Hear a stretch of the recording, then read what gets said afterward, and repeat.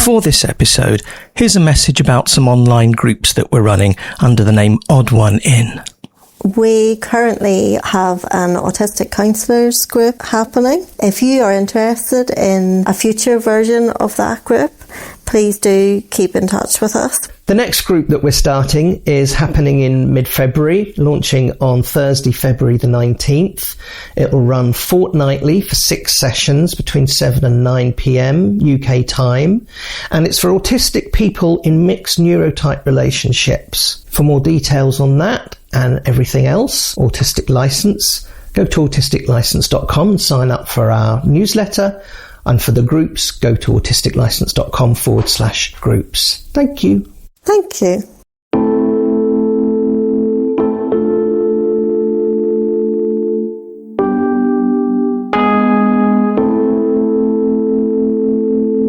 Welcome to the Autistic License podcast. I'm Siana and I'm in Carrickfergus in Northern Ireland. And I'm Leo in Suffolk, England. We invite you to listen in on our conversations as we experiment with unmasking in an autistic space. We talk about what it means to discover we're autistic as adults, especially with established careers as therapists. We want people to know that autistic therapists exist and to broaden the conversation about neurodiversity. You're so welcome to join us, whoever you are and wherever in the world you are. We hope you'll find something of interest and connection here.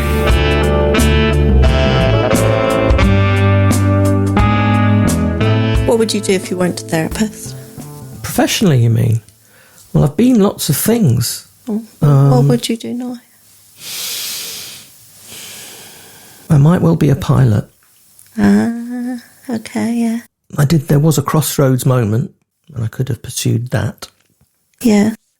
And I told you, I think, recently that I worked out at the time, or after I'd finished training as a therapist, I worked out it was pretty much the same amount of money. Okay.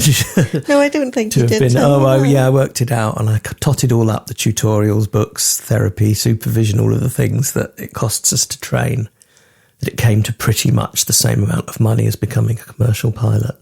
Except becoming a commercial pilot would have been much, much, much faster. Okay. And you'd have presumably earned a lot more? Yes, potentially, although not necessarily. Okay. Budget airlines are not great payers and they are the larger of the employers, I guess, nowadays. So you'd have worked for EasyJet? Or whatever. But I'd have got... You see, the thing is, anything else that I think about that I might have done at any point, probably with the exception of being a musician, if I could have guaranteed that would have given me a living... Mm-hmm. Can't really think of anything that I wouldn't eventually have wanted to switch and change. Yeah. Whereas as soon as I became a therapist, and that's now been a good 10 years, and it's far outstripped my staying power in any other career that I've had. Length of time. Yeah, then I know that was the thing to do, because I can't think of anything else that I would want to continue doing for the rest of my life. Yeah. I don't think if I hadn't have gone into therapy, there wouldn't have been anything else I'd have stayed in. Well, that's why I was just, I was going to return the question. I think it was always this is the thing that I could go into and do for my whole life. There you go. But I still have this thing, I do like sorting things out and organising things. So like working in a bookshop or a library or something like that. Like I would like that. But that may be something like towards the end of my career that I do, that kind of thing. And there are plenty of voluntary roles where you absolutely could do that at any point without having to give up anything else anyway. Yes. Yeah. If the question is around doing things that doesn't matter whether you earn money or not, I suppose that opens it up a bit. But I don't could think of anything that could just persist and me not get itchy feet. Yeah. And need a change. Mm-hmm. But being a therapist shows no sign of, dulling down or going, I don't want to do that anymore. And it's also something that doesn't depend upon high levels of physical fitness in particular areas. It's a problem if you can't hear. It's a problem if you can't speak, perhaps. Yes. Even then, there'll be technology ways of getting around some of those things. Yeah, or there'll be client groups that you could specialise. Absolutely. Well, I'm there already, aren't I? You know, I'm an autistic person who works with autistic people. So No, but I mean that you could do email therapy. Oh, I see what you mean. Yeah, absolutely. Yes. Those kind of ways Yes. of working. The lack of movement is a problem, though. That's why I really want a dog to take me out. Me too. That's probably the most imminent in terms of the bigger changes, I suppose. I miss having a dog a lot. It's going to have a lot to live up to, though, because I'll be looking for a Woody, and I'm probably not going to find one. No, but you might find one that you can still be connected. Oh, yes, Where? I think so. That is a nice thing to believe will be different next year. This time next year, yes. Yeah. Yes, we went to walk in the lights. What's that place called? You can give it a shout out if you want. Oh, yes, of course. So I don't know about other places in the world, but here there's a lot of places like stately homes and public gardens and stuff that do illuminated gardens at night over Christmas in the winter. And the one that's not too far from where I live now in Suffolk is called Helmingham Hall. And I only found out about it because there was a little sign on a stick stuck into the verge at the side of the road that I passed. Really? And I thought, I should look that up. And I looked it up, and it turns out it's been voted, one of the best, what do they call it? Light trails. Yes, in the country. And so I booked tickets for it for when Shauna came to visit, because actually it was the last night, so it runs for a month, and it was the last night of that last night, and you get a kind of a timed ticket, and I got the penultimate one, so for like Friday 8:45 night. in the evening. Not last night. Oh, was it? No, that's right. Yes. Well, yes. It's not really an important It point. yes. So it was a late nightish thing. You'll see some photos then, I guess. If you go into the show notes, I'll link to some photos, or you can go to autisticlicense.com and look at the pictures page. There'll be some pictures there, maybe a video clip. That was really lovely. And it did, for me, make it feel a little bit winter festival-y, Christmassy. Well, the reason I thought about it was that there was dogs on the train. That's right. And we said that next year we'll have your dog with us.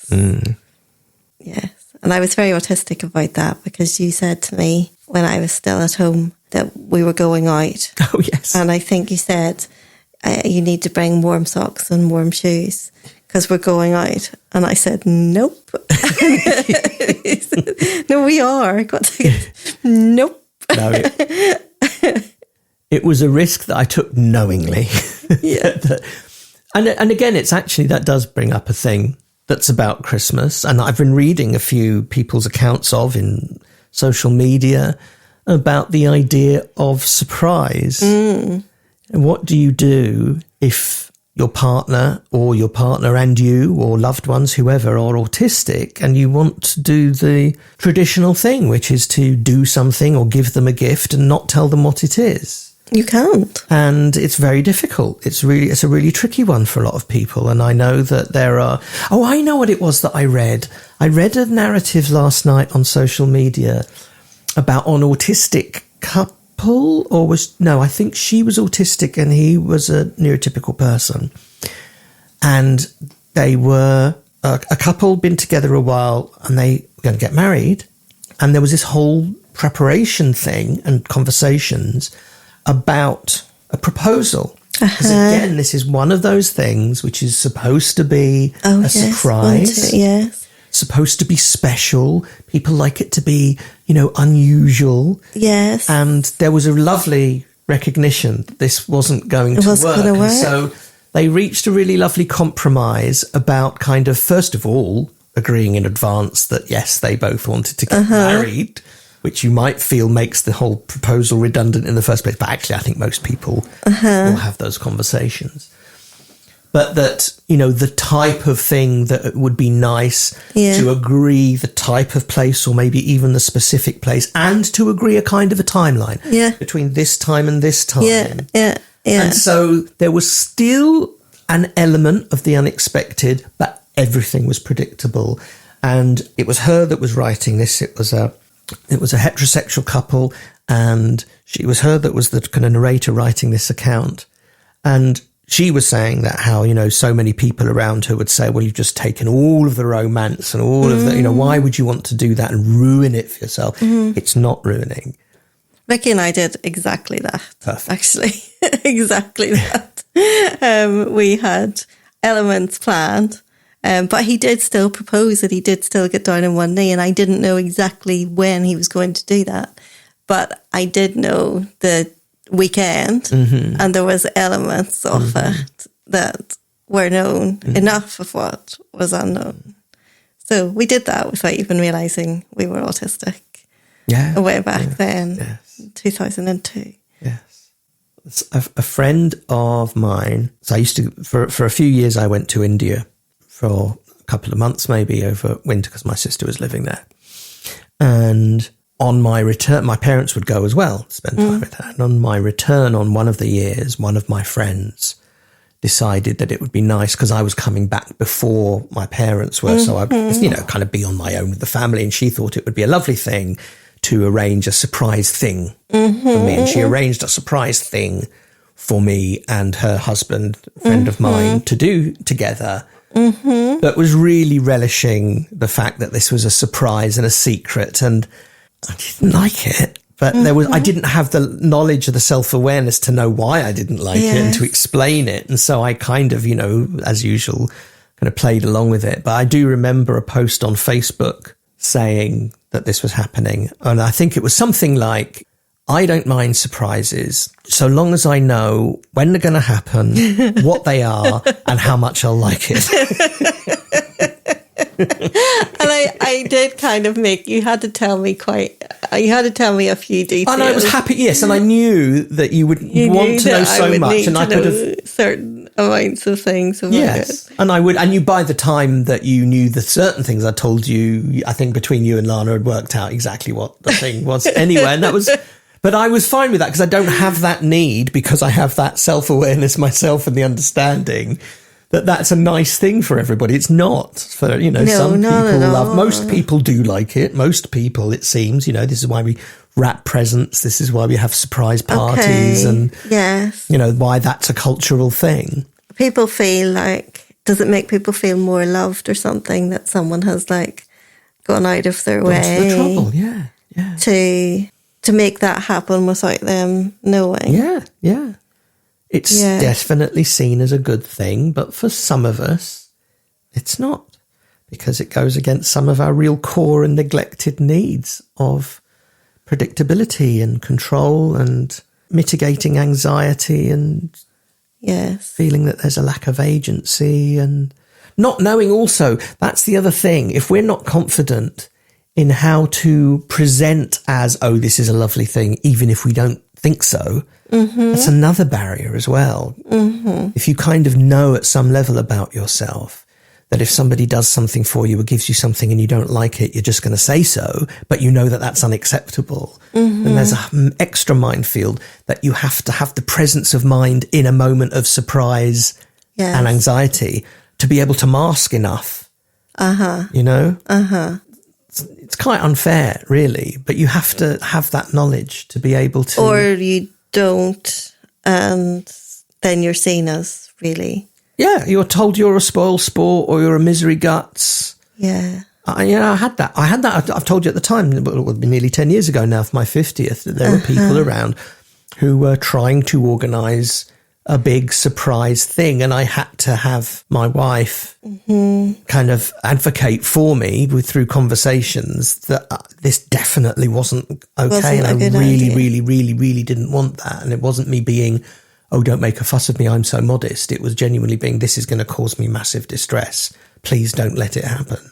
Yeah, no one wanted to do that for me, which I think there's a double edge on that. Partly it's that I was not special enough to want to do that thing for. But I think they would have thought, well, I would be ungrateful. So there was a kind of that I was very out about, don't want this, I'd really hate this, don't do this, don't make a fuss. And I think that early on that was seen as she'd be really grateful. She would not appreciate it. Not she wouldn't be able to cope with it because she's autistic, but she wouldn't appreciate it. She'll be ungrateful. So why would we make an effort? But then that would it would still really, really suit me and really, really suit the others, because then you don't ever have to make any effort with me at all, because I'll always just be like, okay, I'll hate it anyway, so don't do it. So then for people who would do it out of obligation, it's like, well, then we really don't have to make any effort whatsoever. She doesn't want anything. Well, okay, well, you're touching on something that's actually very alive and present right now, this minute, in fact. You've got a gift for me. It's here in front of me. I don't know what it is. That's right. We're both confident that that's okay for me. Yeah. That I don't know what it is. Yeah. Well, actually, any present. I don't mind anybody giving me a present and me not knowing what it is, because that's it's so really normal. like no one. Because the only people that I could receive from would be you, Ricky, Lana. Yeah. So that's what I was coming to, you see. Well, you say me, and I do have... We spent some time shopping today, and through that we had some experiences which actually made me a bit more confident. But you bought me a present for my birthday, which was successful. The beret. Oh, okay. Yes. Yeah, no, that's true. So I have some confidence, and it is building, right? Uh-huh. But I haven't got you your Christmas gift. Well, I have partly. I have partly now. But that was the point. I knew that so there are two elements here. One is about not liking the unexpected and unknown things. You have those, those are bothersome for you, right? Mm. And the other thing is that you are very particular. And this is where I'm gaining some confidence in knowing more and more what you would like. And I think I can choose certain things for you now. Yes.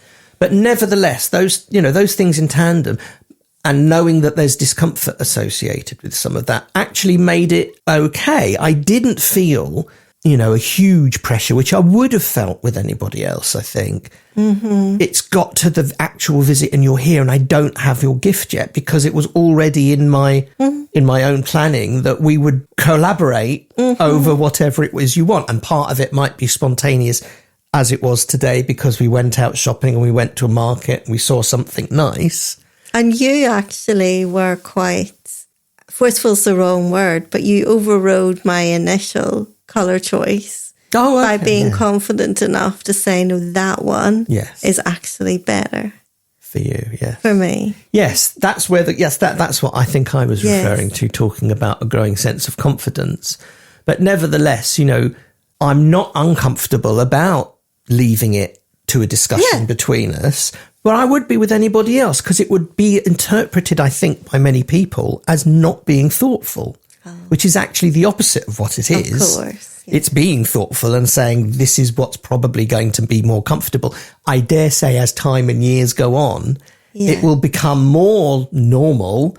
Well, there might be, or it might be vice versa sometimes. If I haven't found something quote unquote on time, whatever on time means, because by your birthday or by Christmas Day or whatever. Yes. Then I won't necessarily feel that means that I'm a terrible person. Yeah, absolutely. Yes. And also, I've always had the belief, which a lot of people talk about, but it doesn't really get practiced, that it's actually more about you see something and you think of that person. It's irrelevant when it is in the year. You just think, I'd like to buy that for that person. Mm-hmm. You've done it for me more than once. Mm-hmm. And that is much more meaningful, really, because it's not arbitrary then. Yeah. Christmas is very arbitrary. Birthday's not so much. It is it is a person's day, so it's a little bit more personal. But it is lovely to experience. So there is a little bit of a difference at the moment in how we've done that, but it doesn't matter. A, it doesn't matter that there's a difference. And B, there really isn't this right. Neither of us, I don't think, are going to interpret the giving or not giving of a gift at any particular moment as thoughtlessness or... I think I am more confident than you, though. I think I have been more confident at buying for you. Yes, definitely. For some reason. I don't have a reason for that, but I think I have been. And I have been, surprised at every turn. I can think of 4 or 5 things that you've got me at different times which and I think I even had a job of convincing you that I was being genuine, that really was perfect. That's exactly right. You know, that's maybe just the first nice. couple of times. Yeah, maybe. So actually there we kind of circled back to being, in our own way, very traditional about what we're doing with this time of year. But that we do it in a way that we each know is comfortable for the other. And gift giving, when it's with people who really know each other, I don't think that surprise element affects me the same. I wouldn't stress about receiving a surprise from Ricky or Lana or you. Yeah, yes. But you would also, I'm guessing, you would know that it's not necessary. There's no bad outcome to that. No, there's not. If you like it, like that's lovely. Everybody's happy. But if you don't like it, it's going to be okay to say so. And the same vice versa. Somebody's going to say back to me, I don't really like that. Yes. Have you got a receipt for that? Yeah, yes. And if I think back on it, actually, and this is probably more to do with my comfort, but for the last 2 or 3 years with Rachel at Christmas, we had a WhatsApp thread between us that was notionally Santa Claus, actually. Okay. So that when you wanted something, you secretly, inverted commas, wrote on the WhatsApp to Santa with the Amazon link or whatever. Okay. And Santa would buy it for you. Yeah. And so there was this, it was a nice bit of tomfoolery around it being a surprise, but totally not, just actually saying to your partner, I would want this, could you buy this, please? Yeah. Well, that's nice. That's a nice kind of way of doing it. But that was, and again, I can look back on that and think, okay, there was an autistic need of mine that was actually being catered to there. I don't know how to say, though, I want. No. I never know what I want. If you ask me what I want, nothing really. If I see something and it coincides with when someone wants to buy me something, then it might come out in conversation and I might consent to you doing that. But I'll never know what I want. And I don't think I've ever in my life told somebody, it's Christmas or it's my birthday, please buy me that. Well, I definitely have done that because there's usually a thing that I'm interested in. Yeah. Or even a theme, So for some years it was coffee things or shaving things. Yeah. That was a safe thing to get me. Well, not safe because of my obsession. The chances of me already having it. And you would get it wrong. Well, no, not wrong, but the chances of me already having it were high. Yeah. So that was a bit tricky. But yeah, I think that I'm an easy person I've always thought that I'm an easy person to get a gift for because I have lots of special interests and focus things that you can hang things on. However, and this is an age thing apart from anything else, I do genuinely think I just don't need anything. I don't like the idea of it being a burden for somebody. Yeah. For you and I believe it's a pleasure to give and that we have enough of an understanding that it's not going to go wrong. Yes. Even if they don't like it. Well, yeah, it can go back. So it doesn't matter. Yeah. But I really don't like the idea of other people feeling they have to do it and it's a problem for them because they have to work it out and spend money. And it's not to do with not feeling worthy. It's just, it's unnecessary. So it makes me uncomfortable, which is why I love the idea. And I think I probably was an instigator of this in my close family that for the last many years we've been doing Secret Santa and that's it, even though not everybody abides by that rule, but that's much more comfortable then. Yeah. But I'm genuinely don't need to be given things. Write in and let us know what you're like about receiving gifts, giving gifts. Do you just want to run away from the whole thing? Or do you love it? Do you say what you want? Can you say what you want? Do you get what you're secretly wishing that you would get? Or is it just a non-issue for you? Write in autisticlicense@gmail.com. Or go to autisticlicense.com. There's a contact form there and we would appreciate the visit. But also, we'll read these things out as well and it'll spark more conversations. I tell you what, that's another hope as well. Apart from just wanting people to feel heard and seen and understood, I'd like us to all be a bit more active with our intercommunications. And that's something we definitely very warmly invite and welcome. Yeah, we're thinking about ways to have a more active group, because we currently have a profile page on Facebook where we are like a person as opposed to a group. And then we have a podcast business page. What we're thinking about, is there a way that we can actually run a group? And it might not be on Facebook, be on LinkedIn. Yes, if you've got any thoughts on that or anything that you'd like to see or that you'd be interested in taking part in with us, do let us know as well. It's all really, really welcome. I think that people, when they're dealing with other people they don't know, whether that be us on a podcast or anybody else on a podcast or TV or radio or anything, the assumption is often, though, well, they won't have time or they'll be flooded with stuff. But we're not. And we do get... We are, actually. I mean, the thing is, we're not great at responding very quickly. And that needs to be... But we do respond, and we do read it all, and we do really love to read it all, and we do enjoy it. And I think that's a fair caveat to stick in. We're autistic. Not necessarily everything happens at once. We can be hit with demand avoidance and all kinds, but that has nothing to do with the warmth and excitement that we receive all of your communications with. They all have been incredibly meaningful over the last couple of years. And your comments as well. And we, because we do have the Facebook page, but we don't even know if our listeners are on the Facebook page or not. That's what we'd like to see, if there's a way to get more interaction going, wouldn't we? Isn't that fair enough to say? Yeah. So, thank you for being with us, lovely listeners. Lovely listeners. We'll talk to you again soon. Bye-bye. Bye-bye.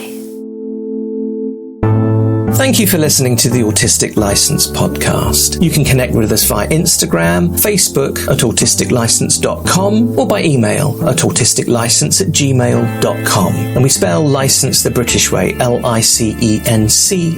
We also have a thriving Facebook community. Search for Autistic License Siana and Leo, or click on the link in the show notes.